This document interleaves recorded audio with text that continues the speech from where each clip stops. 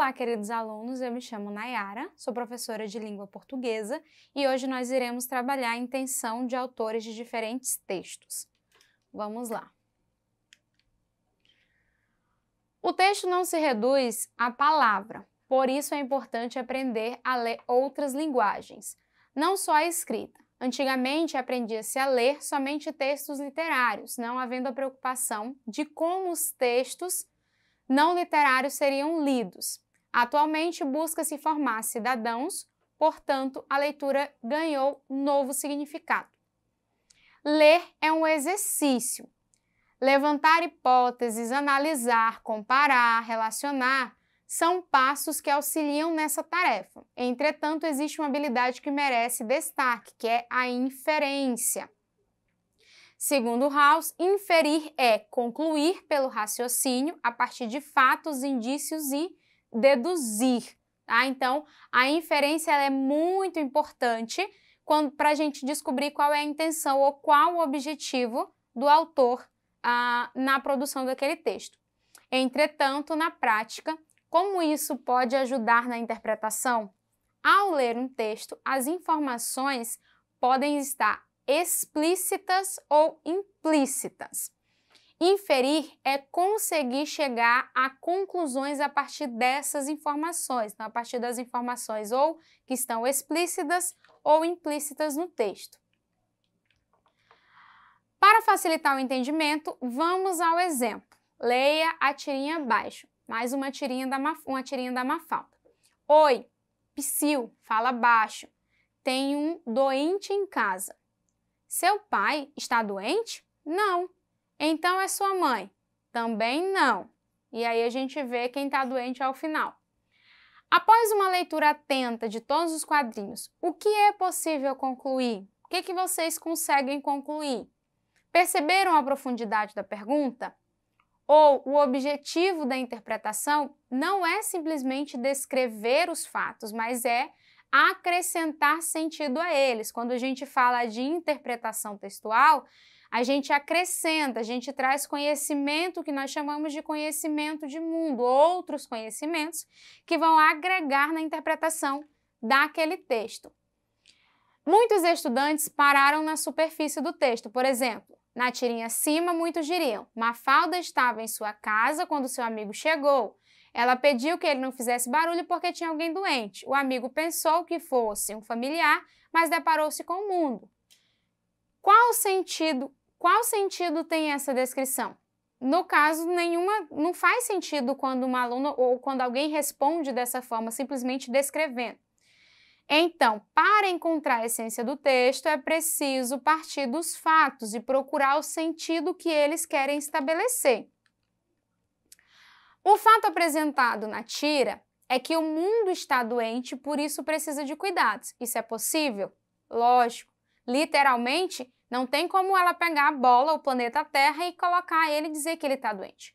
Entretanto, se usarmos a linguagem conotativa, e vamos relembrar, dar uma pausa rapidinho só para relembrar a diferença entre conotação e denotação. Denotação, significado literal, é só vocês associarem o de dicionário, primeiro significado, e conotação seria o significado figurado, é aquele significado que a gente atribui um outro sentido. É possível inferir, ou seja, interpretar, deduzir, que o objetivo da tira era chamar a atenção das pessoas para a doença do mundo. Em que aspecto? Os mais diversos. E aí entra desigualdade social, fome, guerras, violência, poluição, preconceito, racismo, a falta de amor, dentre outros problemas que a gente pode enumerar e a gente pode citar que acontece no mundo. Observem que, quando a gente atribui esse sentido conotativo, agora faz sentido a interpretação da tirinha. Agora a gente consegue entender qual é a mensagem ou qual a intenção do autor ao produzir esse texto. Vamos lá para outro exemplo. O LSAN.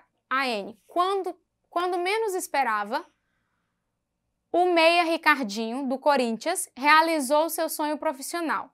Tornou-se o 24º jogador convocado pelo técnico Luiz Felipe Scolari para a Copa do Mundo da Coreia do Sul e do Japão. O corintiano substituiu o volante e até então capitão Emerson, cortado por causa de uma luxação no ombro direito. Deve chegar ao Sun na madrugada de terça-feira, horário do Brasil. Embora não tivesse a mesma promoção e repercussão de Romário, a ausência de Ricardinho da lista dos atletas que estariam no Mundial foi bastante questionada. A boa fase no Corinthians, coroada com duas importantes conquistas, o torneio Rio-São Paulo e a Copa do Brasil, o colocavam como um dos nomes mais cogitados para estar na Ásia. Pelo time do Parque São Jorge, já jogou 252 vezes e marcou 63 gols. A gente tem aí essa notícia. Esse texto, a gente já observa que a intenção dele é de informar, então nós temos aí um texto informativo. O texto de informação trabalha sempre com fatos. Quem faz o quê, onde, quando, como, que horas, com quem aconteceu, como aconteceu.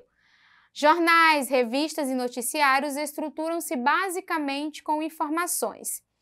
E é variada a linguagem desses textos. É uma típica notícia de jornal. O texto com a vida mais curta que existe. Em questão de horas já está velho. A notícia diária conta com uma certa base informativa do leitor. O fato de a notícia acima dizer a respeito à Copa do Mundo. Um tema de apresentação absoluta no Brasil durante os Jogos. Não é preciso explicitar tudo com detalhes. Supõe-se que o leitor já esteja familiarizado com esse assunto. Então, os textos jornalísticos ou noticiários ou revistas, eles vêm com a intenção mais clara, que é informar ou trazer informações sobre determinados assuntos. E aí vamos observar a seguinte atividade. Considere o texto. A internet é um tribunal com milhões de juízes e nenhum réu. O que vocês podem observar? A última fala da tirinha causa um estranhamento, porque assinala a ausência de um elemento fundamental para a instalação de tribunal. Imaginem aí agora um cenário de um tribunal, que a gente tem o juiz, tem o advogado de defesa, tem o advogado de acusação, tem o promotor e tem o réu, que é quem está sendo acusado, ok? Se a gente observar, falta alguns elementos quando a gente lê, né? A internet é um tribunal e aí só traz o tribunal com milhões de juízes e nenhum réu. Então, nesse tribunal, a gente pode dizer que está faltando alguma coisa, está faltando alguém aí no tribunal. Vamos lá à pergunta. A última fala da tirinha causa um estranhamento porque assinala a ausência de um elemento fundamental para a instalação de um tribunal. A existência de alguém que esteja sendo acusado. Essa fala sugere o seguinte ponto de vista em relação aos usuários da internet. Então, aqui a gente também vai trabalhar, além da inferência, além de entender a intenção do autor, o ponto de vista dele com relação ao uso da internet. Temos ali na letra A. Proferem vereditos fictícios sem que haja legitimidade do processo. A gente consegue identificar que é isso que está sendo feito na tirinha? Não, ele não está trazendo, ele não está em nenhum momento falando que está trazendo vereditos ou que alguém já delegou algo. Então, descartamos aí a letra A. Letra B. Configuram julgamentos vazios, ainda que existam crimes comprovados. Em algum momento ele vem aí trazendo? Também não. Emitem juízes sobre os outros, mas não se veem na posição de acusadores. Vamos deixar essa alternativa aí para a gente voltar nela. E a letra D? Apressam-se em opiniões superficiais, mesmo que possuam dados concretos. A alternativa correta que a gente vai ter aí, emitem juízos sobre os outros, mas não se veem na posição de acusadores, quando ele diz assim: a internet é um tribunal com milhões de juízes e nenhum réu.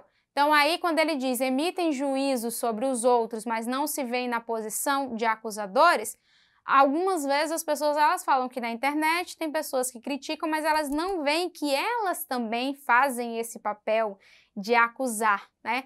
De serem acusadores. Então, para você interpretar um texto, trabalhar a inferência ou a intenção do autor, você também tem que trazer o que nós chamamos de conhecimento do mundo. Não é só aquela leitura superficial que nem a gente viu na tirinha, não é só a primeira leitura. A gente tem que trazer outros conhecimentos. E, recapitulando, o que seria inferência?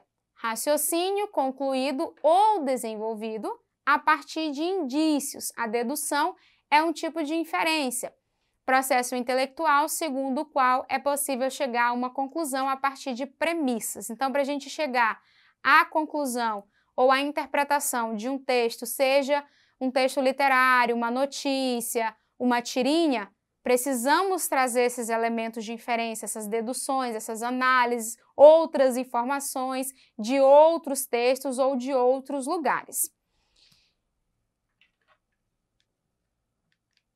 E essa foi a nossa aula de hoje. Não esqueçam de acessar a plataforma Eduque para vocês terem mais informações.